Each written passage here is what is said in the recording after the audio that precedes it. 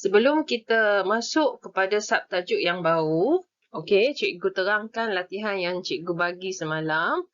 Okey, kita lihat soalan yang pertama. Haba ialah suatu bentuk tenaga. Ya, betul. Haba ialah suatu bentuk tenaga. Haba dan suhu boleh diukur dengan termometer. Yang ini palsu. Hanya suhu sahaja boleh diukur dengan menggunakan termometer. So, palsu lah. Suhu ialah kuantiti haba dalam suatu jirim. Palsu sebabnya suhu ialah darjah kesejukan ataupun kepanasan sesuatu objek. Bahan yang panas mempunyai suhu yang tinggi. Okey ya, yang ini benar. Nyatakan pengaliran haba yang ditunjukkan pada rajah di bawah. Yang ini matahari, yang ini bumi. Jadi matahari menyinari bumi secara sinaran. Pengaliran haba secara sinaran. Okey, soalan nombor 6. Apakah faktor-faktor yang mempengaruhi kandungan haba sesuatu objek? Jawapan dia jisim dan juga bahan. Kandungan haba tidak dipengaruhi oleh warna objek. Okey, seterusnya nombor 7. Rajah menunjukkan penghawa dingin. Mengapakah ia dipasang di bahagian atas? Ini penghawa dingin. Okey, biasanya selalunya dipasang di bahagian atas. Ini kerana penghawa dingin dia mengeluarkan udara yang sejuk. Di mana udara yang sejuk dia lebih tumpat. Dia akan turun ke bawah. Udara sejuk akan turun ke bawah. Manakala udara yang panas menjadi daripada bahagian bawah menjadi kurang tumpat dan naik ke atas. Maka bilik itu akan menjadi sejuk. Okey, di sini berlaku pengaliran haba secara perolakan. Okey, seterusnya soalan yang terakhir. Fenomena di atas dikenali sebagai, jawapan dia bayu laut. Okey, macam mana kita tahu bayu laut? Sebab kita tengok arah pergerakan udara daripada laut. Okey, yang ni arah pergerakannya daripada laut menuju ke darat. Jadi, angin tu dari laut. Jadi, bayu laut. Pada waktu siang, permukaan darat menjadi lebih cepat panas. Okey, waktu siang, darat menjadi lebih panas. Udara yang panas di permukaan darat mengembang lalu menjadi kurang tumpat dan naik ke atas. Okey. Udara yang sejuk daripada laut akan bergerak ke darat.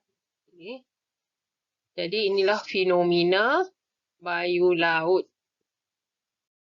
Seterusnya, cikgu akan perkenalkan istilah konduktor haba dan penebat haba. Okey, kita tengok konduktor haba dahulu. Apa maksud konduktor haba? Bahan yang boleh mengalirkan haba. Bahan yang boleh mengalirkan haba di sini ditunjuk ada 3 bahan. Yang pertama iaitu tapak streka yang mana diperbuat daripada logam dapat mengkonduksikan haba supaya kain dapat digosok dengan cepat. Bawah permukaan strika ataupun tapak dia dibuat daripada logam. Kemudian kuali, dasar kuali diperbuat daripada logam juga supaya dapat mengalirkan haba ke makanan dengan cepat. Jadi kuali kita cepat panas. Seterusnya, merkuri di dalam termometer. Merkuri ini ialah bahan yang kita yang ada di dalam yang terkandung di dalam termometer. Merkuri ini adalah logam. Yang satu-satunya logam dalam bentuk cecair. Okey, sejenis konduktor haba yang baik. Merkuri dapat mengesan perubahan suhu dengan cepat. Okey, jadi ciri-ciri konduktor dia boleh memanas ataupun menyejuk dengan cepat. Contoh bahan dia besi, merkuri, kuprum, aluminium. Okey, jadi kegunaannya dalam kehidupan harian kita gunakan di dalam membuat peralatan dapur, contohnya kuali, peralatan elektrik seperti dalam gambar setrika, ceret. Kemudian kegunaan yang lain, radiator, kereta dan juga kasa dawai. Okey, seterusnya cikgu. Okey, penebat haba. Penebat haba ni apa? Penebat haba ialah bahan yang boleh menghalang pengaliran haba. Dikenali sebagai penebat haba. Contohnya di sini sarung tangan ketuhar yang merupakan penebat haba. Ia menghalang daripada tangan kita melecur ketika kita mengeluarkan dulang makanan daripada ketuhar. Seterusnya peralatan dapur. Di sini peralatan dapur diperbuat daripada kayu juga menghalang haba daripada mengalir ke tangan ketika memasak. Dan last sekali, kotak dinding kotak ais diperbuat daripada gentian kaca ataupun polistiren. Dia adalah bahan-bahan penebat haba yang dapat mengekalkan kesejukan bahan di dalamnya. Okey. Jadi di sini kita dah belajar pengaliran haba ada 3 cara. Konduksi, perolakan dan sinaran. Okey, haba tu mengalir daripada objek yang panas ke objek yang sejuk. Dari panas ke sejuk pengaliran haba tu. Okey.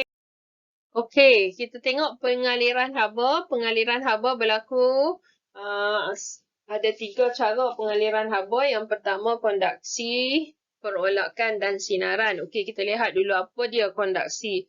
Proses pengaliran haba dari kawasan yang panas kepada kawasan yang sejuk.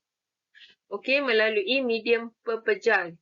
Okey, dia bergerak di sini. Tempat pemegang ni akan berasa panas. Kalau kamu selalu ke dapur menggunakan kuali seperti yang ditunjukkan dalam raja, maka kamu tidak dapat pegang lama-lama. Kamu terpaksa menggunakan penebat, iaitu kain. Okey? Ataupun sarung tangan. Okey, apa yang berlaku di sini? Zarah-zarah menerima tenaga haba bergetar dan berlanggar antara satu sama lain dengan lebih kerap dan seterusnya memindahkan haba ke seluruh medium. Okey, kamu tengok di sini arah zarah-zarah, okey, molekul panas mungkin dari arah pengaliran haba, kamu tengok anak panahnya ke kanan, molekul ni, molekul yang dekat dengan haba menjadi panas, kemudian zarah-zarah ni bergetar dan berlanggar kena pada jiran dia, sebelah dia. Okey, pasing-pasing-pasing lah. Jadi, daripada molekul yang panas ke molekul yang sejuk. Sekali molekul yang sejuk ni pun jadi panas.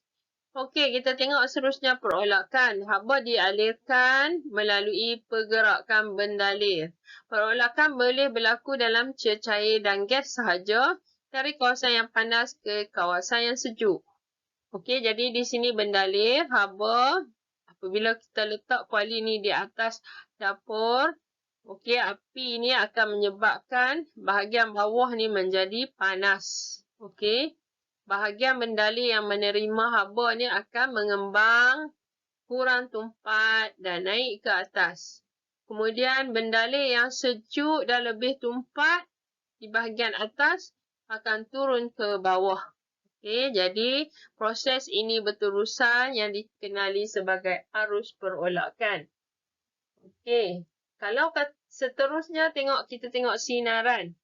Kalau ada orang yang berdiri di dapur, tepi dapur, walaupun dia tidak memasak, cuma berdiri, kita akan merasa panas juga. Nah, yang berdiri itu akan merasa panas. Kerana apa? Proses pemindahan haba tanpa sebarang medium. Okey, jadi haba boleh dipindahkan tanpa sebarang medium. Haba boleh merembak menerusi ruang kosong ataupun vacuum. Tidak seperti bunyi. Bunyi tidak boleh merembat melalui vacuum.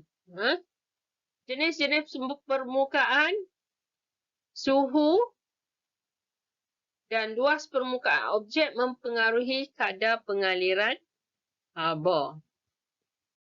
Okey, seterusnya kita tengok di sini ada 2 situasi di mana ada program mengacau bubuk suara Ashura. Jadi kamu perhatikan di sini untuk membuat bubuk asyura ni dia perlu kacau tanpa berhenti.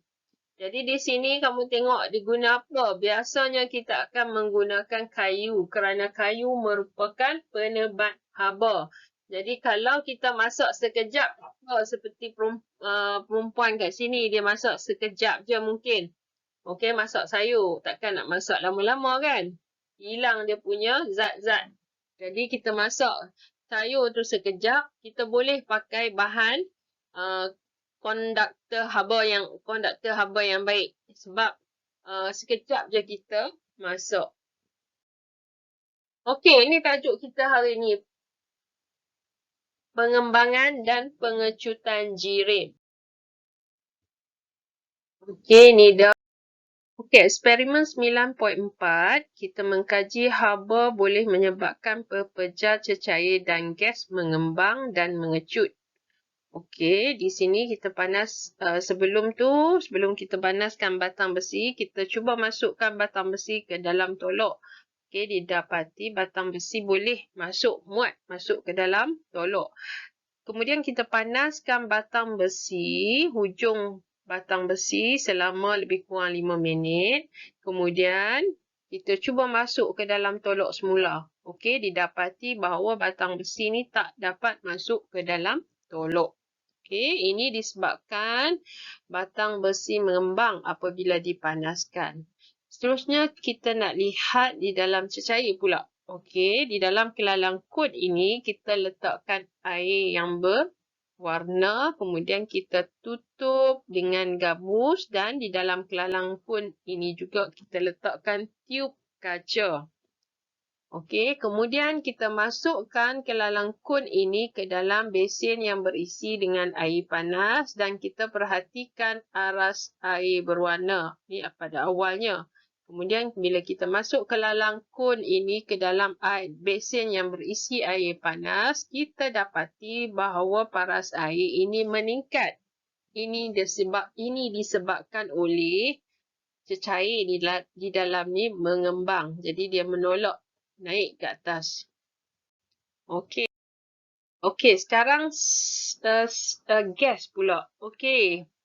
Di sini kita sediakan kelalang kun dan kelalang kun ini di mulut kelalang kun kita letak belon.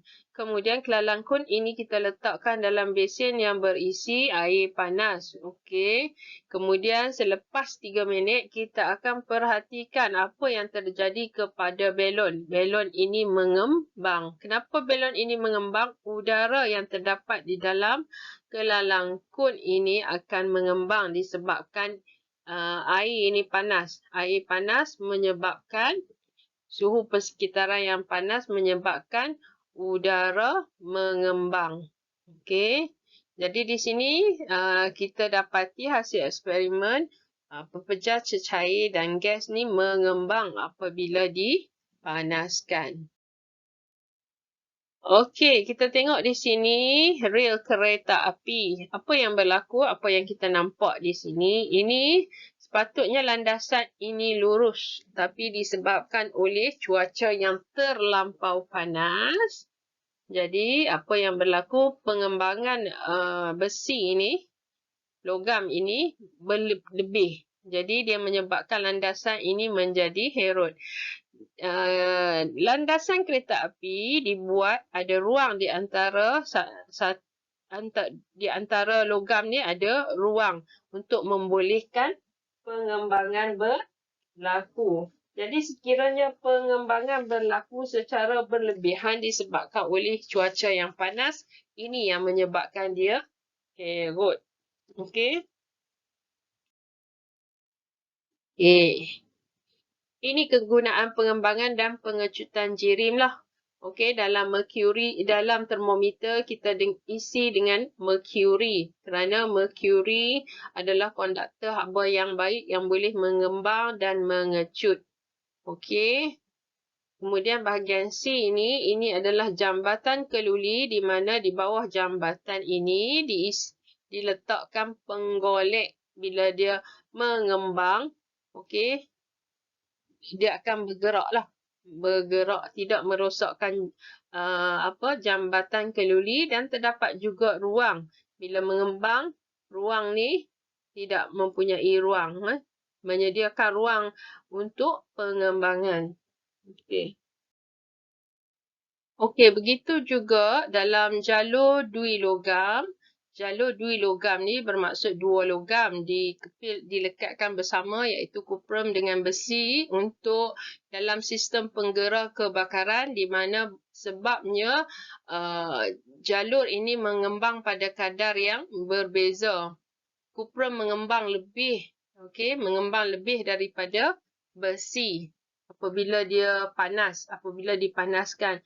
Jadi bila kadar pengembangan yang berbeza menyebabkan dia melengkung dan melitar menjadi lengkap, maka loceng ini berbunyi. Okey, apabila litar terdedah kepada haba, kebakaran kan ada haba, yang disebabkan oleh kebakaran, kuprum akan mengembang lebih cepat berbanding dengan besi menyebabkan jalur membengkok ke arah skru sentuhan. Keadaan ini akan melengkapkan litar dan membunyikan penggera. Okay. Jalur dui logam ini mengembang pada kadar yang berbeza di mana kuprum mengembang lebih cepat daripada besi. Okey, ini penggunaan prinsip pengembangan dan pengecutan untuk menyelesaikan masalah yang mudah.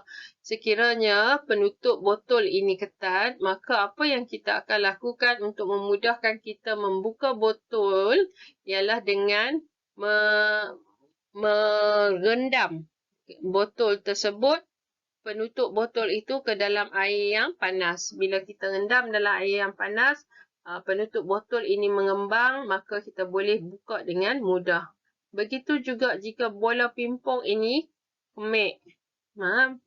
Bola pimpong kemik, apa yang kita nak buat supaya kembali ke bentuk asal? Kita rendamkan dia di dalam air yang panas. Okey, bila rendam dalam air yang panas, udara di dalam bola pimpong akan mengembang dan menolak keluar bola pimpong tersebut, bahagian yang kemik tersebut. Okey, ini adalah paip logam yang mengangkut air yang panas, biasanya akan melengkung. Okey, jadi kita bina dia, kita buat dia memang bagi melengkung untuk membenarkan paip yang panas itu mengembang. Okey.